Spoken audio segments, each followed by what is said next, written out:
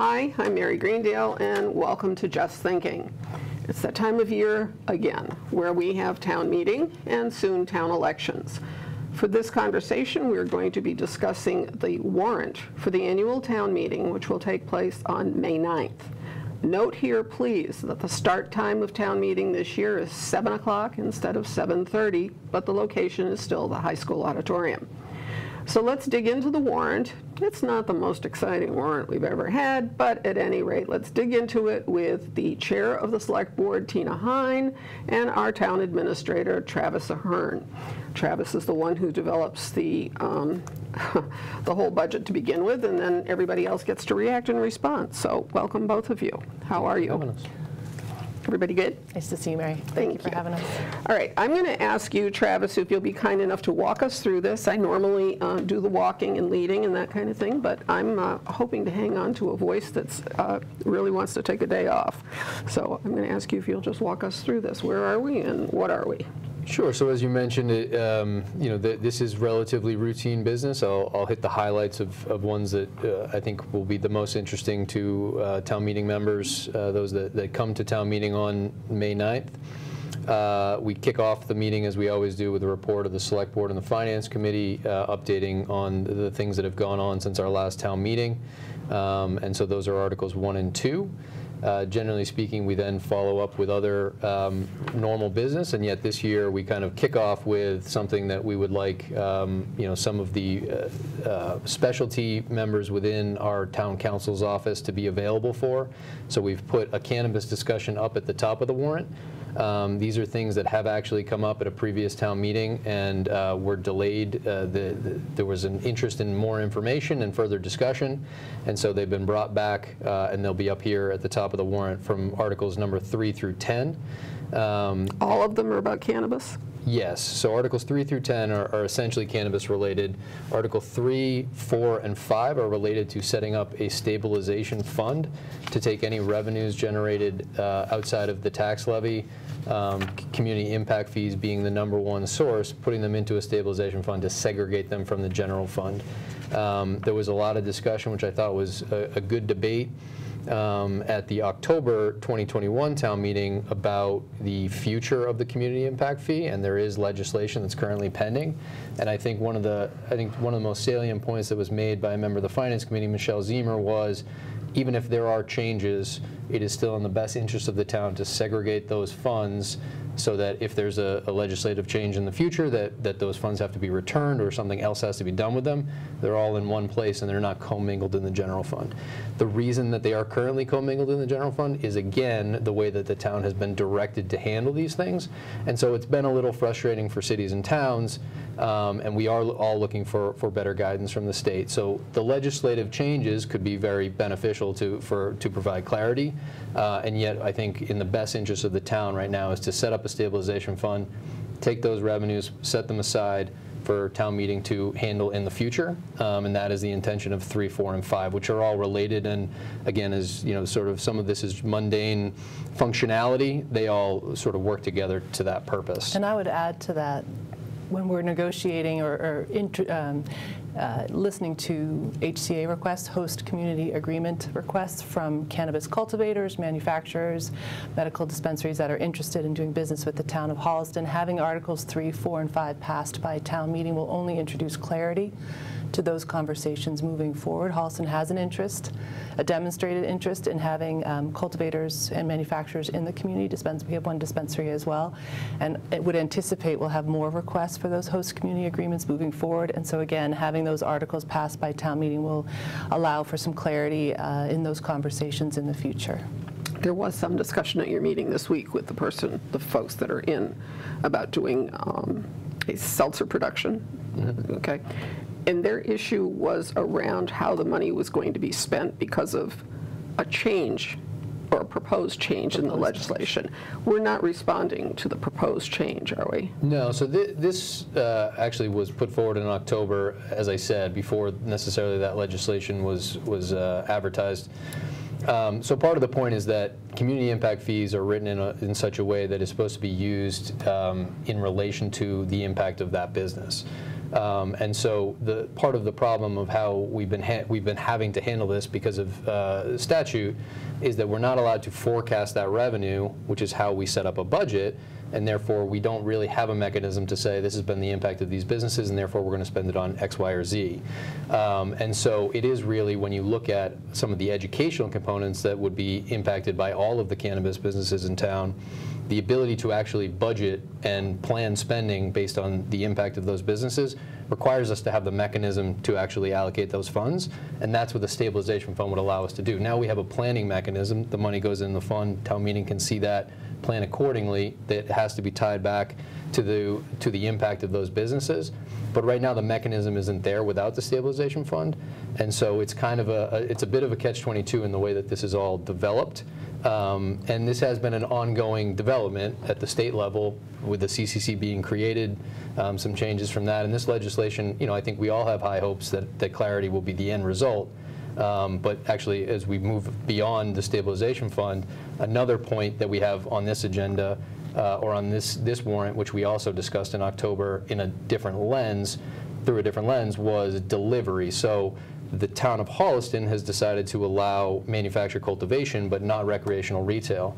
The change that has been made at the CCC level most recently is to add a new category called delivery, which they are saying does not sit necessarily in either of those two. The way that our bylaws currently sit is we would consider delivery to be recreational retail, and so it's not allowed in Holliston. The Articles 6 through 8 essentially would impact the general bylaws, zoning bylaws, and then notify the select board to notify the CCC of the town's willingness to allow delivery specifically. And so this follows more of a Drizzly model, is a business that delivers alcohol to homes. This is a similar model. There's a lot of security protocol that goes into it. A vehicle that goes from a retailer to a home has to have 2 drivers, 1 person stays in the car all the time. All of those things seem very straightforward. What I think has not been necessarily handled well at the state level is, should delivery just be considered recreational retail? They never really clarified all of that. So now we're on our own to say, well, the town feels this way about recreational retail, feels this way about manufacturing cultivation. How does town meeting feel about delivery? And that's what the planning board is looking to put forward. The public hearing that they have related to this and some other articles we'll go through later is April 14th. Tomorrow. Tomorrow, okay. All right, so, this won't be up in time to really do anything about that. Go ahead. So, right, the public hearing is just, again, one last opportunity for those to weigh in, but the articles that we have here are to put in front of town meeting the ability to allow delivery. And if town meeting chooses not to allow delivery, we would then continue to classify it as recreational retail and not allow it. What happened during COVID with the delivery of alcohol from restaurants and that kind of thing in Holliston? Was that allowed? Because we were, in the state you were allowed. Mm-hmm. Okay, so were restaurants, if I did a takeout order to a local restaurant, was delivery of the alcohol part of my request allowed? There was never anything that came forward for an exemption or a request to be set aside a bylaw on that issue. So I want to say one restaurant did allow delivery, but it wouldn't have been something that was in violation or would come up against any of the town's bylaws. We never saw that as a board. But how? Okay, there was no request that came forward. Yeah. Okay, but doesn't that create a problem? You said it would be based on whatever the approach is taken for the delivery of alcohol. That delivery of alcohol is not related to the changes that were allowed during COVID. Okay, so we need to be specific about the fact that if you did in fact contact a local restaurant during COVID and had your bottle of wine delivered, that's not the same thing. No, this is specifically delivery of cannabis. There's a courier licensee operator, which obviously is part of all of the discussion in the public hearing to explain that. That's why council being there for this discussion is going to be vital to make sure that everybody's questions are answered appropriately so people understand the impacts of delivery and make an informed decision. I think one thing, a natural progression of this conversation is if town meeting is relatively amenable to the idea of delivery, does the town want to re-engage the discussion of recreational retail, right? At the time that the town took action, people's opinions change over time. Maybe it's time to have that discussion. Delivery might be a way to, sort of gauge the interest in things outside of manufacturing and cultivation, which have had positive impacts from a bottom line perspective on the town, and we've had quite a few good business partners in town that have buoyed the industrial parks through their use of those allowances. And so I think that is a natural progression of this discussion. But as for May 9th, the discussion is really around delivery. The only other component I would mention, because it did come up in October, and I think it is a selling point of delivery from the state level, is that the CCC has taken significant feedback from those in the industry to say that there needs to be a larger social equity component to make sure that everybody has access to this industry. And they have focused delivery towards social equity, so that a social equity applicant gets preferential treatment in the ability to move forward with a delivery business. That, again, is more of kind of the nuance of how the state is handling it, but I think that we may have that discussion as well. I think we better say what the commission's initials stand for. Sure, it's the Cannabis Control Commission. Okay, and oh, you said something that made me have a question, but never mind. Okay, so we'll be opening the discussion, and the discussion could lead to a discussion on the viability of retail. Oh, I know what my question was. How many agreements do we already have, or are under negotiation at the moment?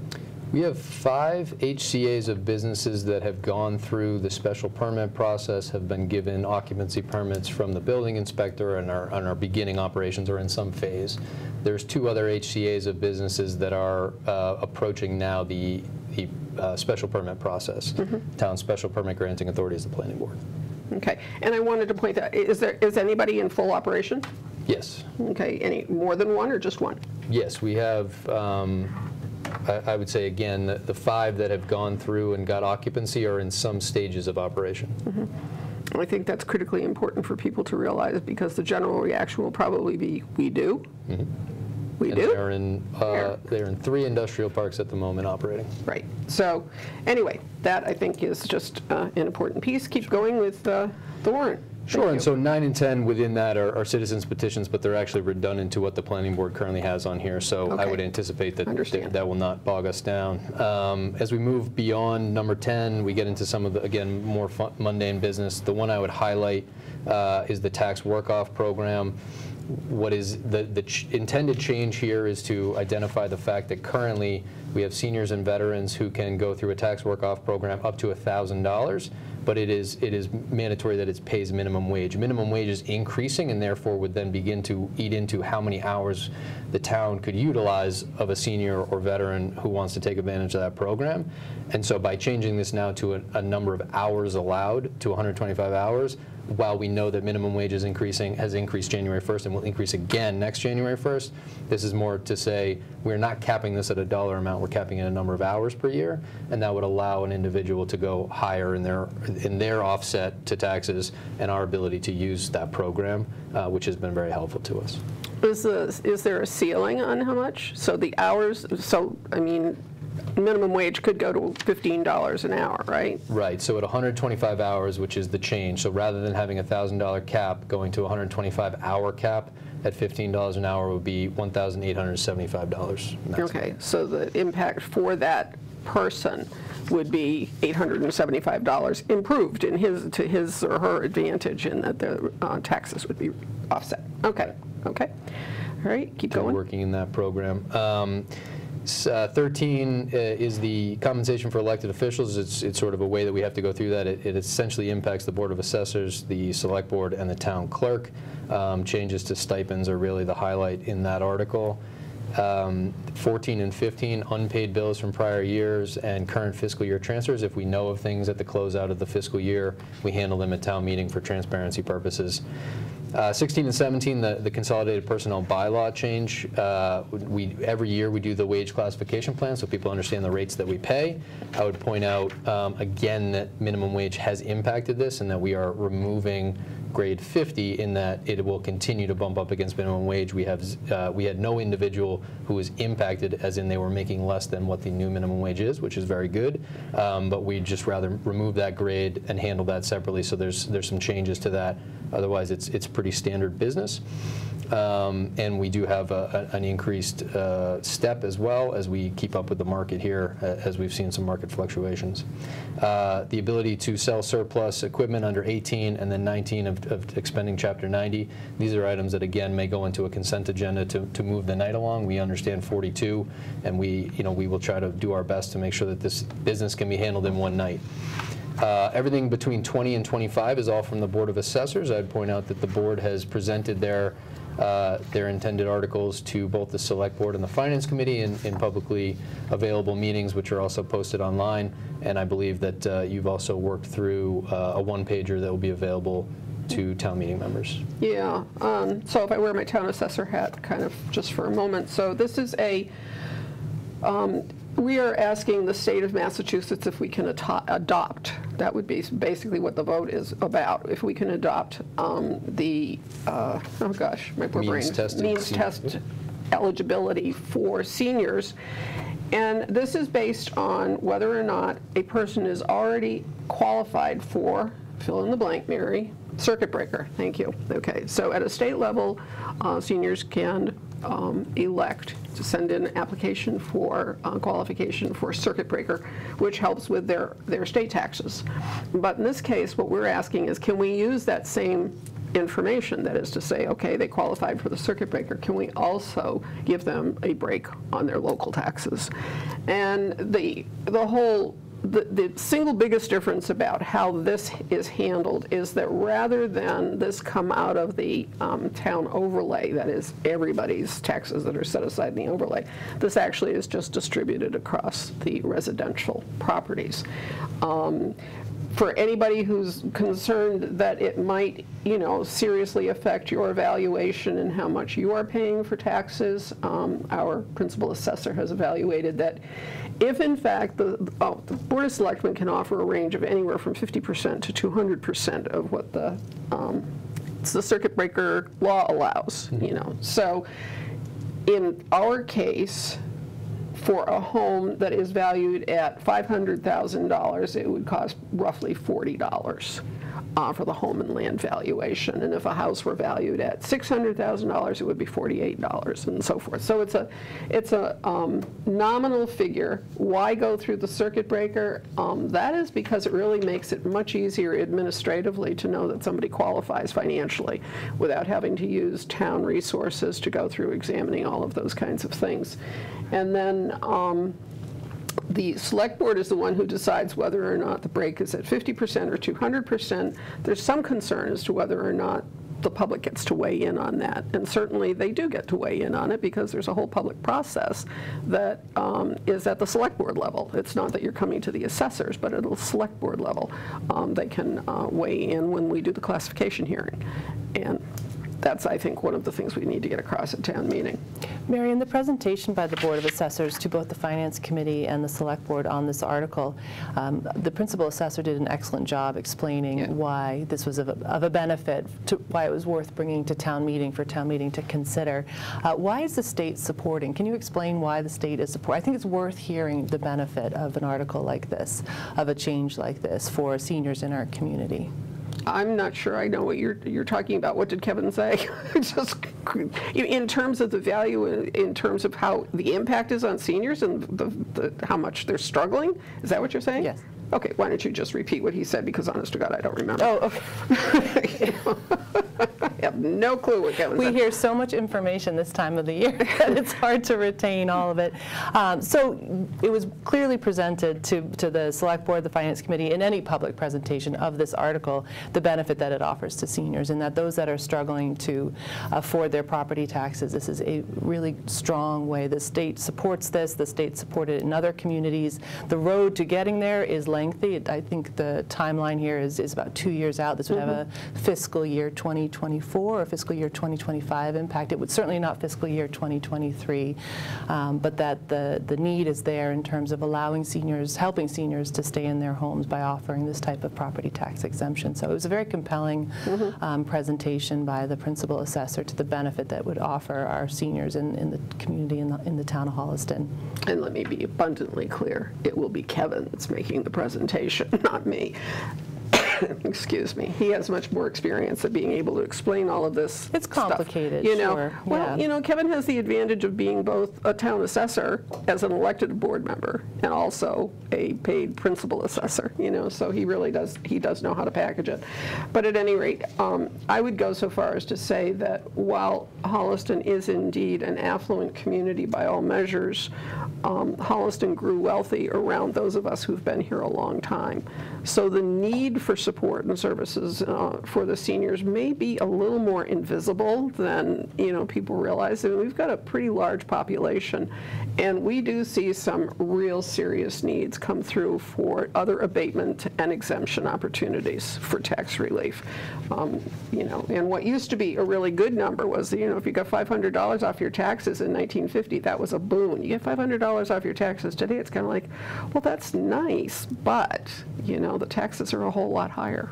So anyway, all of this is important. Point out as well, outside of the context of the warrant, another program along the similar veins of keeping seniors in their households and, you know, making sure that we're supporting the seniors in our community.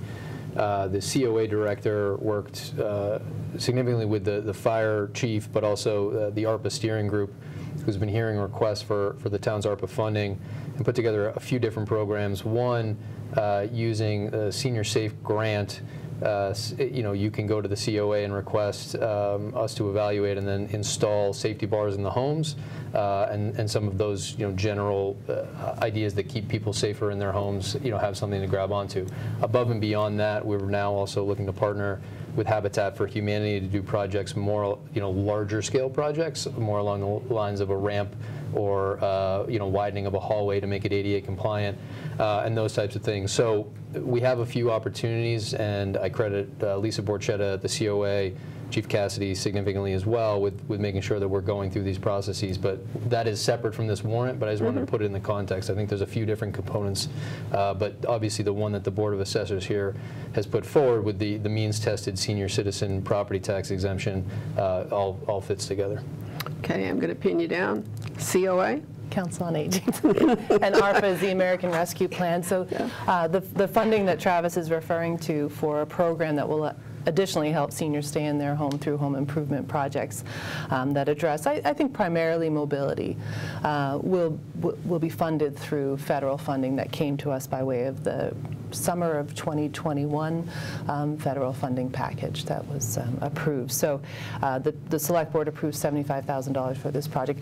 I think Travis brings it up appropriately here because I think between this article and between the funding that's coming by way of the American Rescue Plan for home improvement projects for seniors, we're really taking a significant step forward. We would be taking a significant step forward with this article combined with the home improvement program to help seniors in the community. I think the need is there. We recognize that, and I'm very proud of these two initiatives to address those needs. I agree with you, and I think it's almost to the point now where we need really good brochures and information for the seniors to be able to realize what's available, because even among the existing abatement programs, I'm not entirely sure that everybody has been reached about its availability. So I think the next piece is the marketing piece, you know. Okay, keep going. All right, so within the six that have been put forward by the Board of Assessors, I'd say 3 of them most likely could go in a consent agenda, as in these have been seen by town meeting in years past. The only other one I would mention there is the pilot for the solar project at Marshall Street, not the town's project, the private project across the street. That has nothing to do with the process of that project. It has only to do with the way that the town has to come into an agreement for the future tax collection of that. A pilot is a payment in lieu of taxes, and this is an agreement. It's technically sponsored by the Select Board because they'll be the ones signing it, but significant work is done by the Board of Assessors, which is why I group it in. I'm going to interrupt you quickly and just say this project, for those of us who've lived in town for a while, this is the old Bird property. This is a project This is a piece of property that has been long debated, discussed, argued, and fought over and about. So this is an interesting approach to avoid all the hazardous issues for any development of that property. How many units do you remember? Because I don't. How many solar panels are going in there? What's the size of this? I don't have the number of panels. I don't remember. I'm sorry. Do you have it by kilowatt hour? I don't remember It's anything large. about how big it is, but it's a significant sized. I do want to, well, never mind, that's a whole other issue. I was going to say. I think the questions that I've received mostly are, why this project as opposed to others. I think there was a 40B project that was proposed on that site. There have been a few things that the town has looked at. I think from an environmental perspective, cleaning up that property was obviously a significant need for the town. So I think that, the idea that this has moved forward with DEP oversight is important. Some of the concerns I've seen about, the need for screening is all within a project, but it's not in there yet, and I understand people are concerned about it. This project is not about the validity of the solar project. It's about how the town handles solar revenue. I think there are a lot of people who are confused when they hear the Marshall Street project. They're confused because there has been the discussion about the town's Marshall Street project, which is down where the official town dump was. The Bird property at the beginning of Marshall Street was an unofficial dump for many, many more years than you can imagine. And he took in Nyanza's hazardous waste. He took in any hazardous waste. I mean, we lived through it and would probably have to confess to the fact that we probably dumped things there too, and I don't remember those either. But, the fact is that there is just an inordinate amount of hazardous material that went in there. So when they were doing the 40B project back whatever year that was, there was major investigation. Same with the sewers, because we were looking at that area for one place to discharge, to have a wastewater collection area. And it was incredible. I mean, you look at the plume and so forth, there's a whole lot of junk. Plus, we had to get rid of 250,000 tires on that property. So all of those things have made that parcel just an incredibly challenging, to be able to be used. So we were going to have 200 units of housing there. This is a far cry different, but it also doesn't turn up all the soil. It's environmentally far more stable. So, and I would point out for Article 25, that the Select Board is sponsoring it, as opposed to the assessors who have done the work to get us to this point. The Select Board is sponsoring it because the Select Board will be responsible for signing the agreement when the time comes, if approved by town meeting. Yeah, the principal assessor does that too. So anyway, all right, keep going. So 26 is the revolving funds. It's usually pretty mundane as well. The only thing I would mention here is that the Pinecrest Golf Course operates as a revolving fund, and they have some capital plans which they presented to the Select Board, and they would request an increase to allow that to be expended. The revolving funds essentially get set by a limit that can be spent in that year, so it would be a one-time increase to allow the capital project to move forward. I think people are used to hearing about Pinecrest in the relation capital to the clubhouse itself. These capital projects are related to drainage and upkeep of a golf course, and so that is really the highlight there. Otherwise, we operate a number of revolving funds where the revenue supports the activity, and town meeting gets the opportunity to set those limits every year. Beyond that is the fiscal year 2023 budget. We've had some progress there this year. Town Administrator recommended budget from March 4th is available online. The Select Board voted their recommended budget on March 21st. That is available online. Finance Committee recommended a budget last night, April 12th, which will be online probably by the time this video goes up. And so, anybody can follow along with the process through that. Additionally, in the Town Administrator recommended budget, there's narrative, unedited essentially from all departments with their requests. You can see the original departmental request. So all the information is available online. And also the progress will be presented in a format, hopefully, that is readable and that a town meeting member can look at and sort of see the process up to that point, because at the end of the day, the town meeting vote will be the vote that carries for a budget into FY23. And so this is really an issue of just trying to increase transparency as much as possible, that people have the information they feel helps them make an informed decision with the budget for FY23. And Mary, I think that people who attend town meeting are going to see, for now a second year in a row, the excellent work that our town administrator does. I give Travis a tremendous amount of credit for the work he does before every town meeting, it is enormous. This year, the work to compile the budget has been, again, enormous. He's done an excellent job, but I think what will be different this year is town meeting attendees will see the 3 recommended budgets. And I think that is, as he mentioned, a high level of transparency in how the process moves forward. So I give Travis a lot of credit for getting us to this point where town meeting's really going to see this and have a chance to consider and deliberate if they choose to before the budget is approved. That is not something I believe town meeting has seen in a while, and I believe it's shepherded in by the excellence of our town administrator.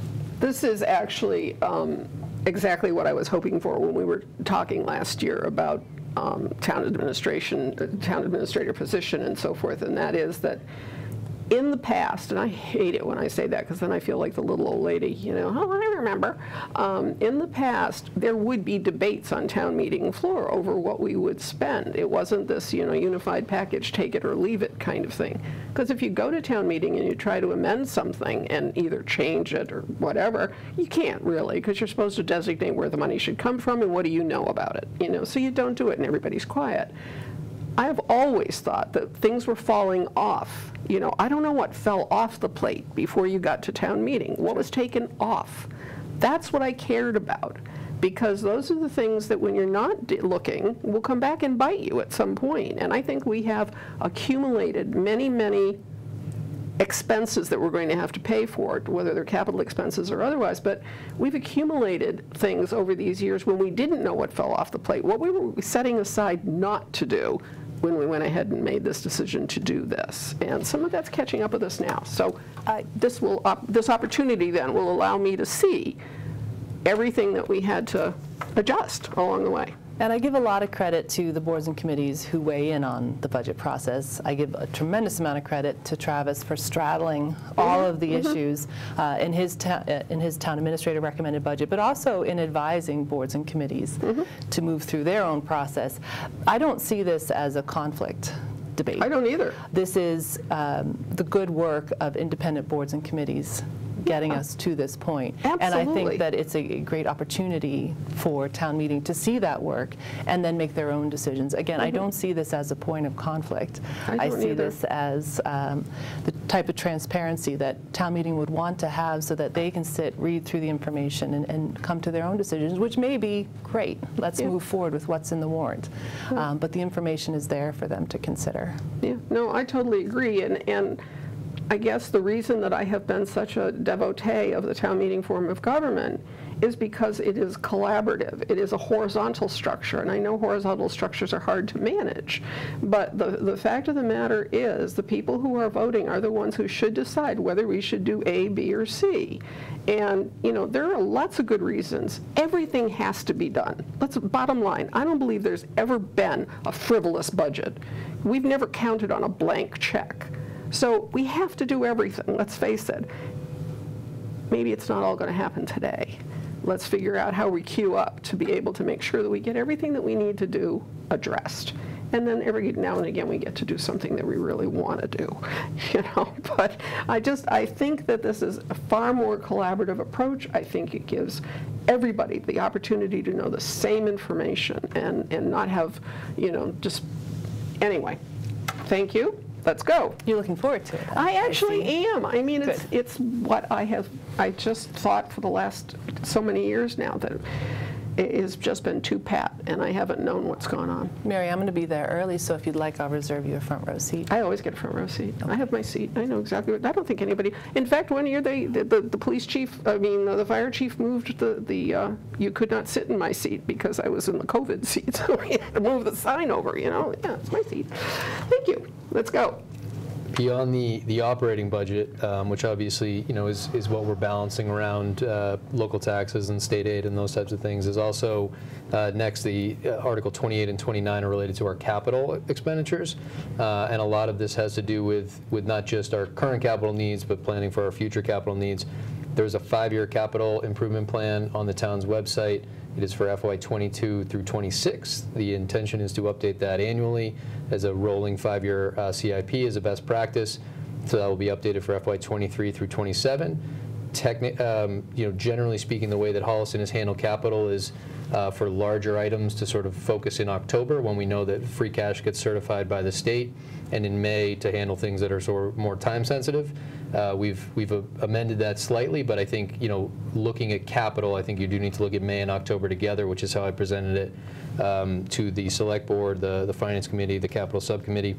And so with this, I would point out, one, that there's an article to put money into the fund, which we are able to do in both May and October generally. And then Article 29 lists out the actual capital budget and what we would be doing. It has two sources of funding. One is the Capital Expenditure Fund, sometimes referred to as CapEx, and the other is water retained earnings, because water pays for itself, essentially. And so this is a lot of equipment and then some facilities updates that have been put together in the 5-year capital plan by the facilities manager, who uses a product called Dude Solutions to track all of our capital needs on the town side. And we'll look at incorporating that also on the school side coming soon. Okay. Street light conversion. This is probably one of the oldest conversations going. Go ahead. And you know what? It's moved along very quickly. Maybe not. It would have been nicer if the town had sort of been the one who was leading it, but we got kind of pressured into a situation that has now made this the right time to do it. I think it is an exciting outcome. I didn't necessarily enjoy the process of dealing with Eversource to this point, but to their credit, they have provided us with as much support as they generally can, and we now own the streetlight apparatus in town. So there's 923 on the list that the Select Board took control of, and the town owns those. We put up a platform online where somebody can go in and report an outage. We have the outages that were handed over to us from Eversource. The intention right now is to make sure that all of those lights are kept for public safety, public works reasons up to date, but that the long-term strategy here is to convert the entire system to LED. So what we have in here is a request for just over $350,000 to convert all of the streetlights. That does not mean take one down, replace it with an LED. It means looking at the entire system. It might be fewer attachments. It might be that they're focused in other areas. We're going to redesign the system, essentially, and that's part of this cost. Additionally, that would reduce the $350,000. We would ask town meeting to support the full amount, so we're prepared to kick this off. But we will be going for a grant application on Green Communities to offset about $200,000 of that, with the help of James Keys, Facilities Manager, Matt Zedek, Sustainability Coordinator, and specifically Chris Mayo, who has been the IT Director and has been the face of the Green Communities applications for the town over the last decade. And so the project is estimated to reduce 231 kilowatt hours in electrical usage, which would reduce our cost by about $30,000 per year. The return on investment, or ROI, on this, just with that flat calculation, would be around 10 years. If you factor in what would have happened if the town did not take over the streetlights, which was part of the discussion that the Select Board has heard quite a bit about, as has the Finance Committee, if we had not done that, the rate would have gone up so substantially, about 3x, 3 times what we were paying previously, that the ROI, when you consider that, is really more under 3 years. So it makes a lot of sense. It's the right time to do it, and the fact that the town has been interested in this for a long time, I think, is also why I would anticipate a significant amount of support for this, but also a better end product, because right now I think our streetlight network needed help to begin with. I don't know that it was being maintained all that well. So by converting it, redesigning it, then converting it, and then having a maintenance program in place for that, I think is a better end result for the town as well. Terrific, I think. Okay, water system improvements. So this is a follow-up to the design engineering that was supported at a previous town meeting. This was the #1 recommendation out of the Stantec Water Modernization Study, which is also available online. And in the appendix of that document, you can see their 15-year plan. Essentially, the first 5 years is they're saying this is how we would approach the next 5 years. Here are all the other things that you should consider beyond that. Time some of these things with other projects like sidewalks. But the #1 project that came out of that modernization study was the need for improvements in the Bullard Street, Fisk Street area, so that when the well #5 treatment plant comes online in the summer of '22, actually I did an Ask the TA on HCAT with Sean Reese recently, in which we discussed that when that project comes online, the water coming from that plant through this improvement would have bidirectional flow, so that it would impact the entire town, whereas right now, if we were to not do this, that water is circulating in a way that is going to take longer to go through the system and impact people. It would take much longer and be less efficient to impact all users. We really want that new treatment plant to be optimized to improve the whole system. Terrific. All right, CPC. So the CPC has a couple big ticket items, and I won't take their thunder. I think there's probably going to be quite a bit of discussion. Two of these projects I would point out: the cemetery preservation. I'd like to thank former town administrator Paul LeBeau, who provided a significant amount of information on the town cemeteries, which James Keast and I worked with him to essentially put together, and James Keast primarily, the request of the CPC to do some preservation work on all of the cemeteries in town. The $500,000 price tag seems high, and yet I would point out that it is intended to be used over 5 years for us to systematically go around and hit all of the town cemeteries with you know, the work that really needs to be done to you know, be respectful of what those are in the town's property and set them up for what we're hoping to be, you know, our ability to maintain those and keep them up over time with our ground staff in DPW. So that's a big project, but it's also the $500,000 is tended to be over 5 years, and then we would most likely be focusing on the ones that are most prominently featured along routes that we would be going through the 300th anniversary, so that they're done in time for celebrations related to the town's 300th anniversary. Okay. The other big, larger item in here, which has been long discussed, is the Blair Square site improvements. The number, I think, is just needing to be finalized with one final vote. There's a sidewalk component that the CPC can't handle because of what their charge is, and so we'll refine that number before town meeting. But essentially, the Blair Square Committee has a 100% design on what they would like to do in the Blair Square area. That is available online. It was done by Beals and Thomas. Town meeting had supported costs for design engineering of that, and the cost estimate is around $568,000. I would mention also that the CPC has heard from the Blair Square Committee.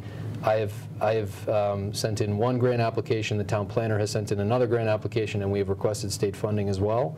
So this would, similar to the LED one that I mentioned before, be asking for town meeting to support it so the project can move forward, but we would be looking for other funding as well, which would then defray the cost of the town.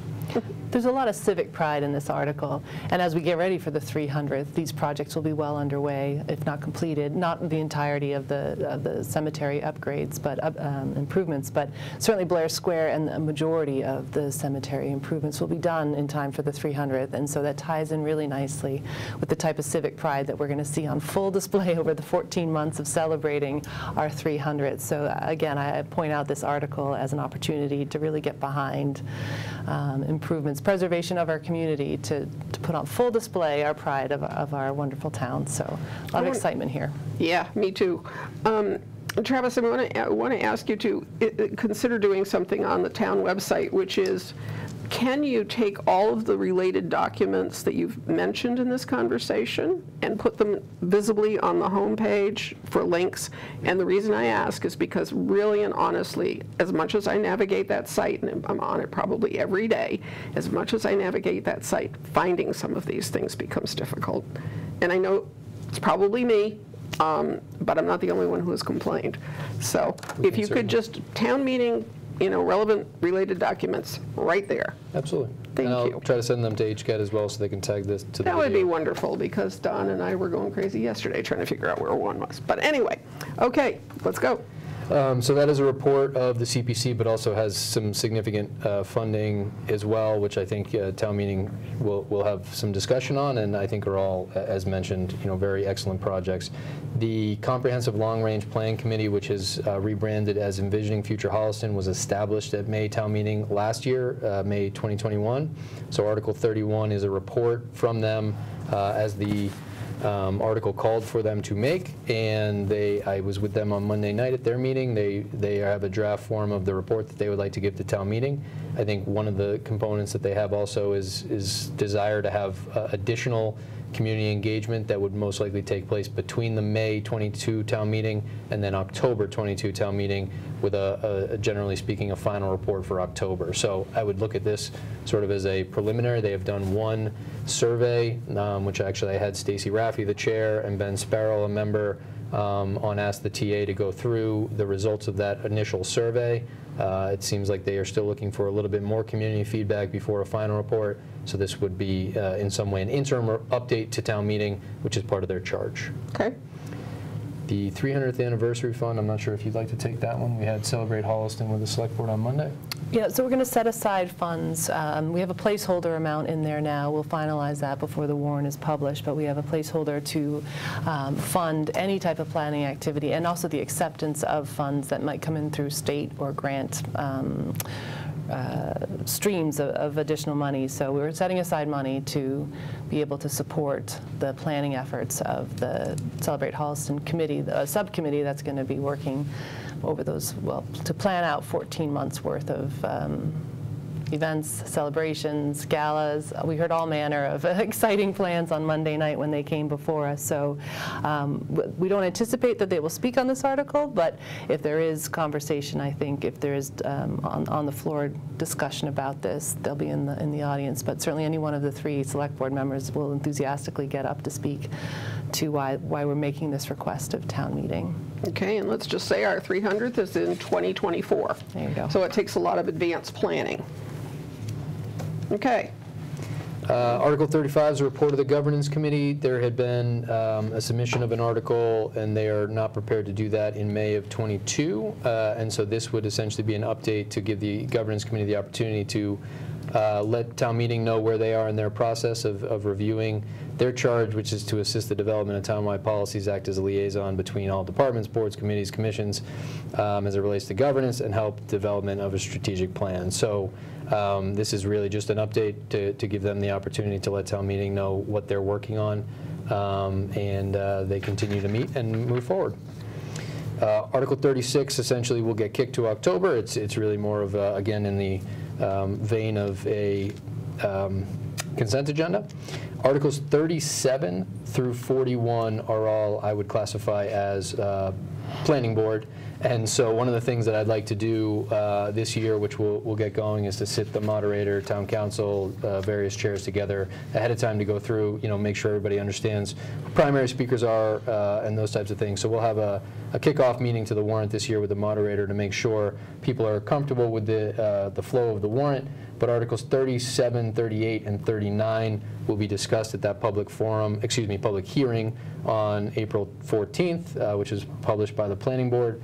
Article 40, which says swimming pools, I did get a question on from the Finance Committee. It has nothing to do with limiting swimming pools or anything like that. The town has a bylaw which seems to be erroneous to require a 5-foot tall fence. Code is 4 foot, and the building inspector would like the general bylaw stricken so that there is no conflict there. Road acceptances here, again, are have been discussed by previous town meetings, so should not require discussion. Could potentially be in consent agenda, but essentially fall under the planning board as well. And then finally, there's a citizen's petition, which I believe was in October as well. Okay, and the citizen petition asks to increase the select board from 3 to 5. Right. Okay. And calls for a special election to do so. Okay, and there is some discussion on that because there is a debate or discussion, I'm not sure which, about whether or not town meeting has the authority to do this, or whether or not it could all happen fast enough to have the town meeting and then the election in 180 days and all that kind of thing, because nothing is simple.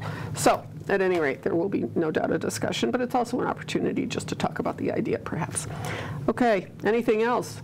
Mary, I would say I think residents will see a different, and I would argue more positive feel to this town meeting. We have the earlier start time, which I sincerely hope draws in families of young children who may be otherwise that half-hour difference just a little bit less inclined to come with bedtimes and so on. So I'm hoping that we see a greater draw on people who otherwise might be home in bed before then, or looking to put their kids to bed. We will have, the plan at least is to have a video playing, the community profile video. We will be broadcasting during during town meeting. It's just a wonderful feel-good for people who are coming into town meeting. It serves many other purposes outside of town meeting, but I think it's going to set the tone to really come in and celebrate our community, which is a great way to start town meeting. And then we'll have the 3 recommended budgets for Article 27 for residents, people who are attending to look over. So it's going to be a different feel. I would argue, again, a more positive feel, a more coming together, collaborative feeling, and I think that will be a welcome change. I'm looking forward to it, so I wanted to point that out as well. If we can get it all done in one night, it would be up until 11 p.m. I think we have to end at 11, so we'd have 4 hours to get through 42 articles, so the Select Board will be definitely considering a consent agenda to get that done, but I think residents will feel a difference at this town meeting. Okay, thank you. Thank you. All right. Okay, that's a wrap. Please take a look and look at the website of Town Hall because you will be able to find everything there. And I want to see you there, May 9th, 7 o'clock at the high school auditorium, annual town meeting. It's important, folks. Come on. See you then. Good night.